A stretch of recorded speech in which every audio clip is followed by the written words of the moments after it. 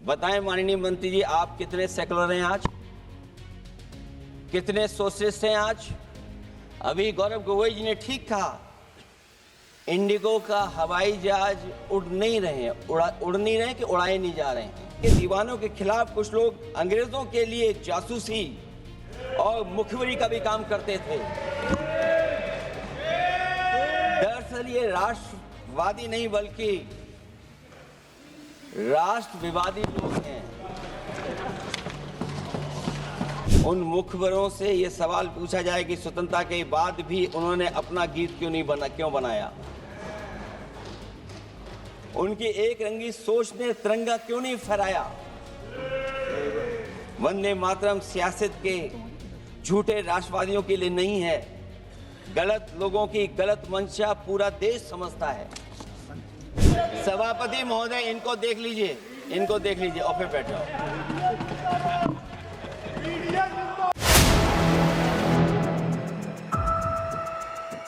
आदरणीय सभापति महोदय, मैं आपका धन्यवाद देता हूं कि इस ऐतिहासिक चर्चा जो 150वीं वर्ष में हो रही है, उसमें मुझे बोलने का मौका मिल रहा है।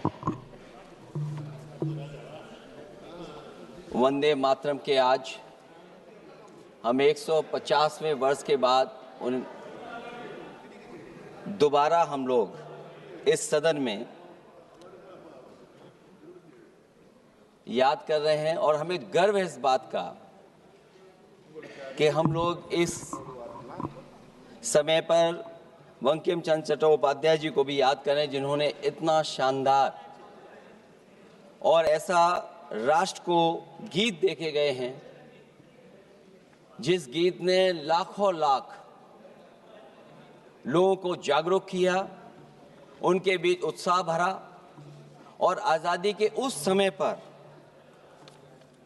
जिस समय अंग्रेजों के खिलाफ लड़ाई लड़ी जा रही थी, वंदे मातरम हमें ऊर्जा देता था, हमें ताकत देता था, हमें एकजुट कर करके अंग्रेजों के खिलाफ लड़ने का एक माध्यम बनाता था। वो वंदे मातरम के गाने पर आज जब 150 वर्ष हो रहे हैं, मुझे बोलने का मौका मिला, इसके लिए मैं आपका बहुत बहुत आभार और धन्यवाद देता हूं।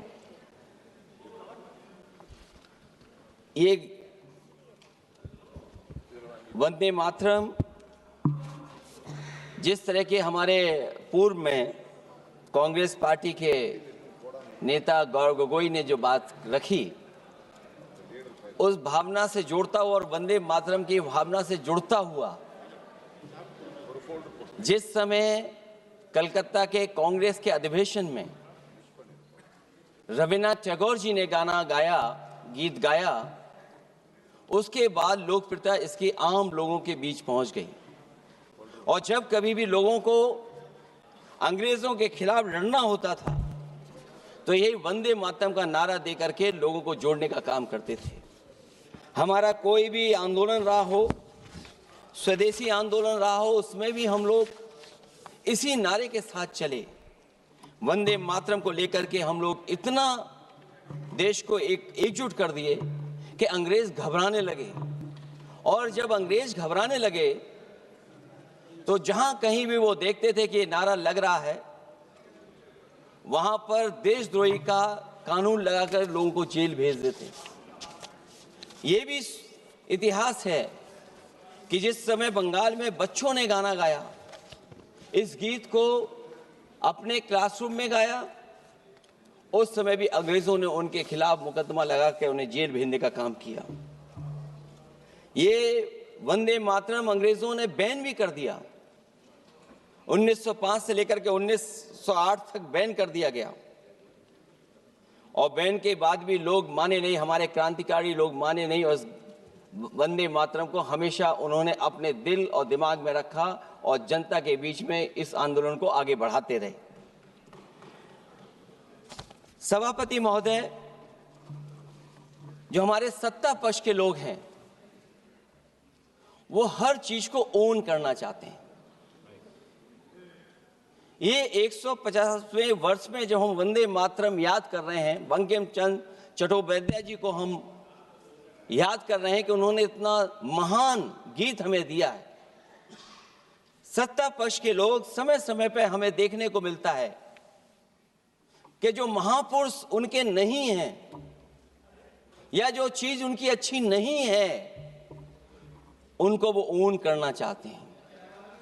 150वें वर्ष वंदे मातरम, मैं अभी वो बात कहूंगा और मैं बात कहूंगा और हमारे मंत्री जी उसका जवाब देना।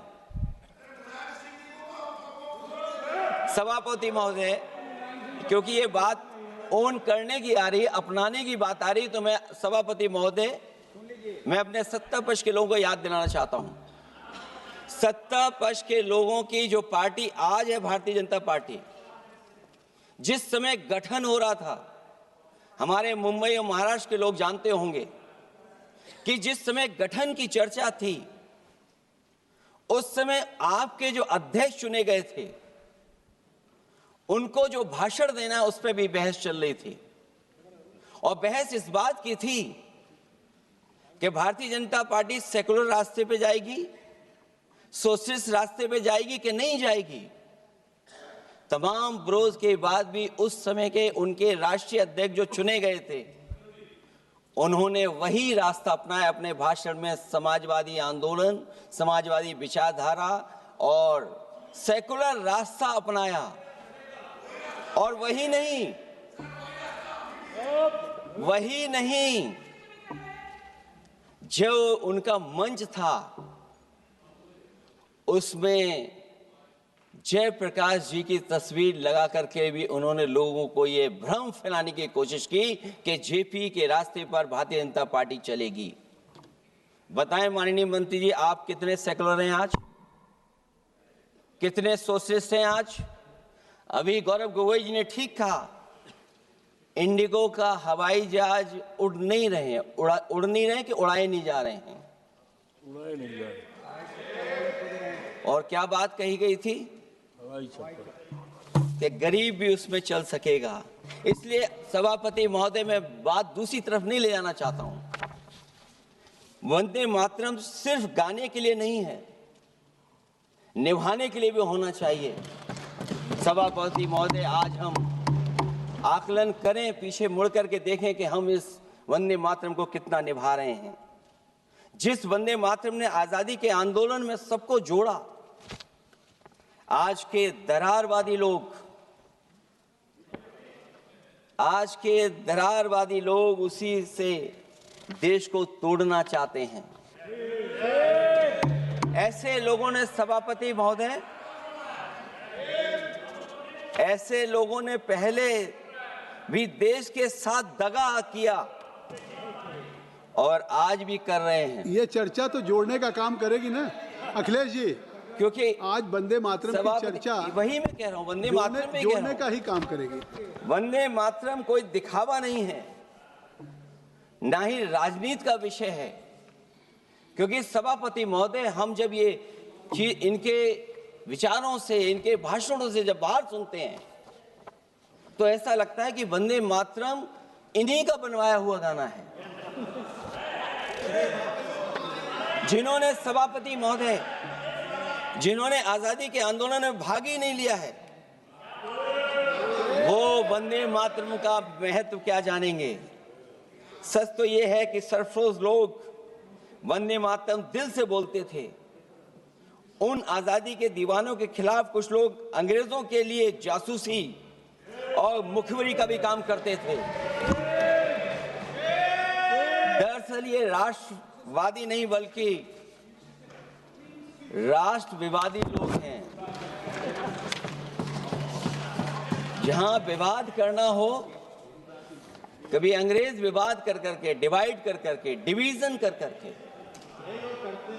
राज किया करते थे।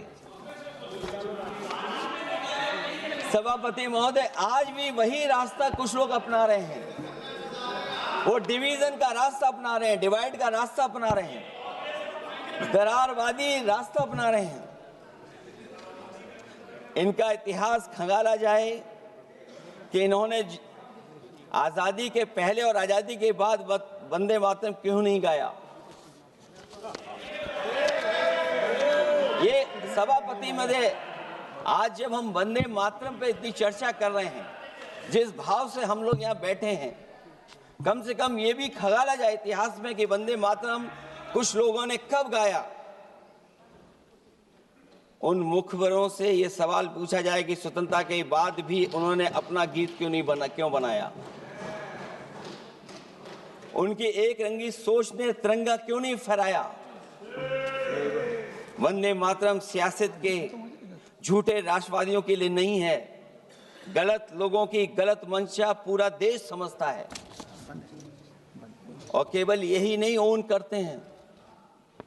कभी कभी भारत माता का जो चित्र है, जो पेंटिंग कभी बंगाल के महान लोगों ने बनाई थी,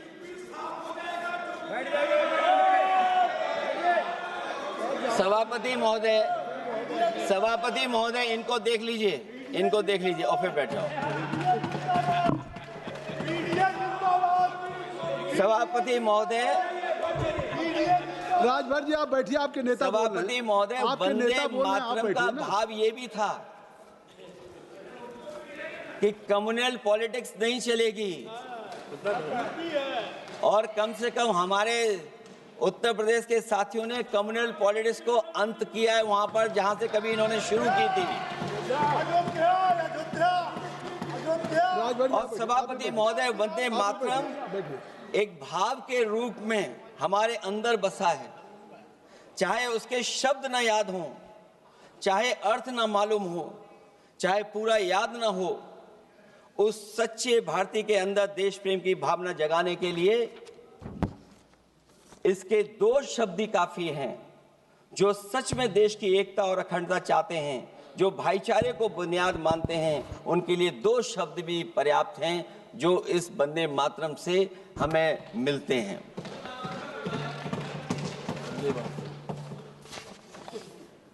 दूसरा किस्सा सुना दो अध्यक्ष महोदय। सभापति महोदय, इनका इतिहास खंगाल लीजिए, पूरा निकाल लीजिए। चुनावी सभाओं में कभी बाबा साहब भीमराव अंबेडकर जी की तस्वीर ये लोग नहीं लगाते थे। ये बात अगर सही हो तो बता दो। और ये तस्वीर कब लगाना शुरू किए?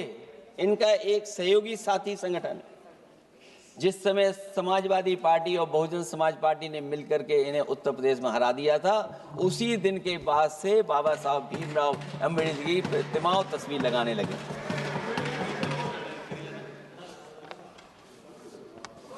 इसलिए सभापति महोदय, ये वंदे मातरम केवल गीत नहीं है, गीत के साथ साथ आज हमें ऊर्जा भी देता है। उस समय क्रांतिकारियों को ऊर्जा मिलती थी, एकजुटता का नारा था, हम साथ लेकर के चल रहे थे सबको, और देश के सभी लोगों ने जाति धर्म को भुला करके एक साथ मिलकर के वंदे मातरम के सहारे अंग्रेजों को भगाने का लगातार कोशिश की।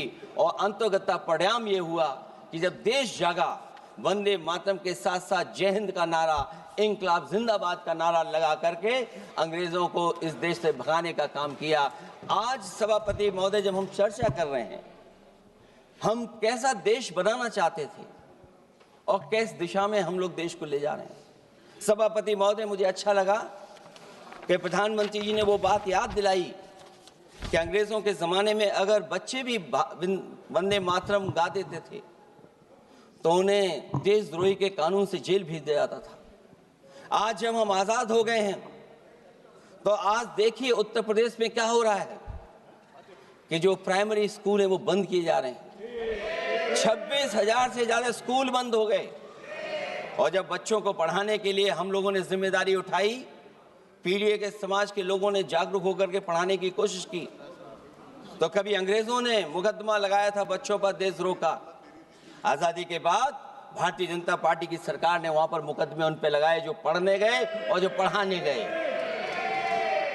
तो इसलिए वंदे मातरम का भाव जो था, उसी भाव से जुड़ करके हम सब मिल करके इस देश को और मजबूत करें। यही हमारी भावना है, यही हमारी सदस्यों की भावना है। जब हम 150वें वर्ष में याद कर रहे हैं तो वहीं हम ये याद करें कि जिस भावना से वंदे मातरम को हम लोगों ने देश के सामने गा गा करके अंग्रेजों को भगा दिया, ये देश कैसे मजबूत हो, एकजुट कैसे हो, बिना भेदभाव के, और संविधान से कैसे चलें, क्योंकि ये संविधान से ही मिला हुआ हमें गीत है। इसलिए इस गीत के माध्यम से हम किसी पर टिप्पणी और किसी पर थोपने की कोशिश न करें और न किसी पे दबाव बनाने की कोशिश करें। आपका सभापति जी का बहुत बहुत धन्यवाद।